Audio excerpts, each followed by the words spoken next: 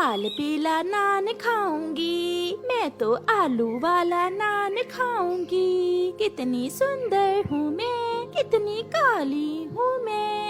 गोरी कौवी बैठी ऐसे गाना गा रही थी कि एक तोता वहाँ आकर बैठते हुए गोरी से टकरा जाता है।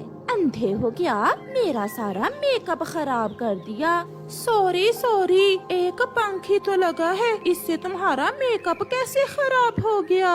अब मुझे जाकर नहाना पड़ेगा, कितनी गंदी बू आ रही है तुम्हारे पंखों से। गोरी कौवी वहाँ से चली जाती है। आ गई हो तुम सारे जंगल की सैर करके। अब जल्दी से तैयार हो जाओ, तुम्हारा रिश्ता देखने वाले आ रहे हैं। फिर वही शादी की बात। माँ, कितनी बार कहा है मैं शादी नहीं करूँगी, नहीं करूँगी। ये बात अपने पिता से कहना, वो आने ही वाला होगा। इतने में गोरी का पिता भी घर आ जाता है। बोलो, अब बोलो, आ गया है तुम्हारा पिता, जो कहना है कहो। मगर गोरी कौवी चुपचाप वहाँ से चली जाती है। गोरी कौवी बहुत नटखट थी। उसकी शादी की वजह से उसके मामा पापा बहुत परेशान थे, मगर वो शादी करने को तैयार ना थी। आ जाएं एक बार मेरा रिश्ता देखने वाले, ऐसा मजा चखाऊंगी कि याद रखेंगे। शाम को एक कौवा आता है और गोरी की माँ गोरी को आवाज देती है। गोरी बेटी, कहाँ हो? तुम्हें कौवा देखने आया है। गोरी वहाँ आ जाती है। ये है वो कौवा जिससे आप मेरी शादी करेंगे। इसकी चोंच बहुत छोटी है, मैं तो किसी बड़ी चोंच वाले कौवे से शादी करूँगी। चल भाग यहाँ से, बड़ा आया मुझसे शादी करने वाला। बहुत बदतमीज है आपकी बेटी, मैं भी ऐसी कौवी से शादी नहीं करना चाहता। ऐसे ही कुछ दिन गुजर जाते हैं और फिर एक दिन हरियाली तोती नदी पर बैठी गोरी की माँ से बात कर रही थी। वो कौवा पढ़ा लिखा भी है और सुंदर भी, बहुत अमीर है वो। फिर तो मैं कैसे भी अपनी बेटी की शादी उससे कर ही दूंगी। गोरी कौवी भी उड़ते हुए वहाँ आ जाती है। अरे हरियाली आंटी, क्या मेरी माँ को मुफ्त में मशवरे दे रही हो? अगर शादी करनी ही है तो अपनी कर लो उस कौवे से, मैं तो अभी शादी नहीं करूँगी। बात करने का सलीका सीखो, बड़ों से बात कैसे करते हैं। सच ही तो कहा है मैंने, कौवे से शादी करोगी तो तुम्हारे बच्चे भी बहुत सुंदर होंगे, आधे हरे और आधे काले। ऐसा कहते हुए गोरी वहाँ से भाग जाती है। हरियाली, क्या बात की आपने मेरी शादी की गोरी की माँ से? हाँ कालू भैया, मैंने बात तो की है, मगर वो गोरी नदी पर ही आ गई और मुझे बुरा भला कहने लगी। शादी तो मैं उसी से करूँगा। उसे मोटी और लंबी चोंच वाला कौवा पसंद है, तो फिर मैं भी अपनी चोंच बड़ी करूँगा और उस कौवे से शादी करके ही रहूँगा।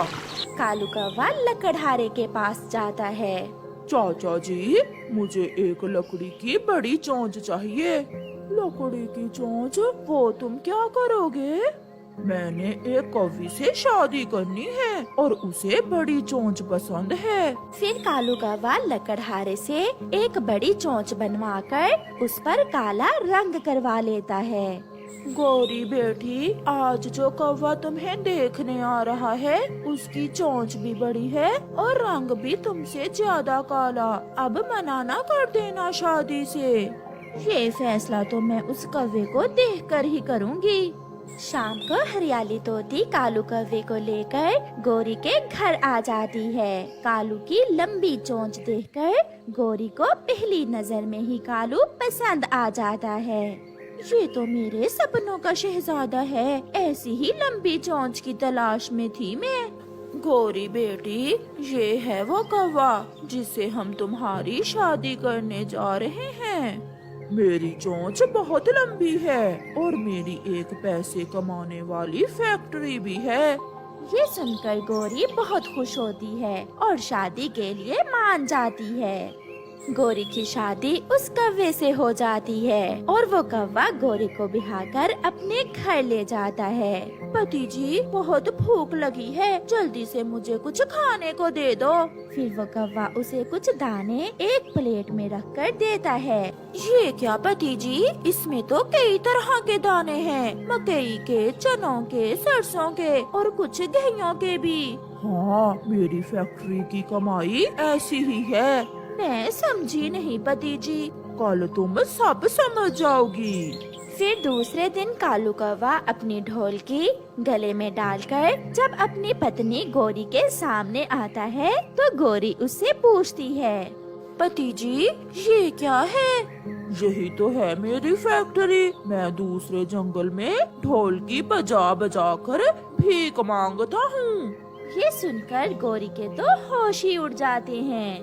तो क्या मैंने एक भीख मांगने वाले कौवे से शादी की है? तो और क्या, मैं कोई सुनार हूँ।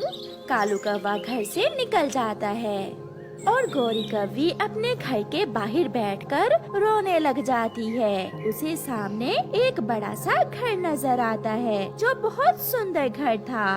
मेरी तो किस्मत फूट गई जो मैंने ऐसे बड़ी चोंच वाले कौवे से शादी की। वो घर कितना सुंदर है, मैं वो घर देख कर आती हूँ। फिर गोरी उस घर की तरफ जाती है। घर में नौकरानियां काम कर रही थीं और एक कौवा मजे से झूले में बैठा हुआ था। क्या तुम मेरी नई पड़ोसन हो? कालू से शादी हुई है तुम्हारी? जी जी पड़ोसी जी, मगर मुझे क्या पता था कि मेरा पति भीख मांगता है। तुम्हारी शर्त बड़ी चोंच थी, बड़ा घर नहीं, इसलिए तुम्हें बड़ी चोंच वाला कौवा मिल गया। मुझसे बड़ी गलती हो गई, मैं धोखे में थी। चोंच जैसी भी होती, छोटी होती या बड़ी, मगर घर तो अच्छा होता। फिर कौवा अपने पास पड़ी लकड़ी की चोंच अपनी चोंच पर चढ़ा लेता है। कहीं वो कौवा मैं तो नहीं हूँ? ये देखकर गोरी हैरान हो जाती है। पति जी, क्या तुम कालू ही हो? हाँ, मैं कालू ही हूँ और ये घर भी मेरा ही है। मैंने तो केवल तुमसे शादी करने के लिए लकड़ी की बड़ी चोंच बनवाई थी और तुम्हें सबक सिखाने के लिए उस टूटे हुए घर में लेकर गया था। वो घर तो मेरे नौकर का है। मेरी आंखें खुल गईं। पति जी, अब आप ये लकड़ी की बड़ी चोंच उतार दें। आप छोटी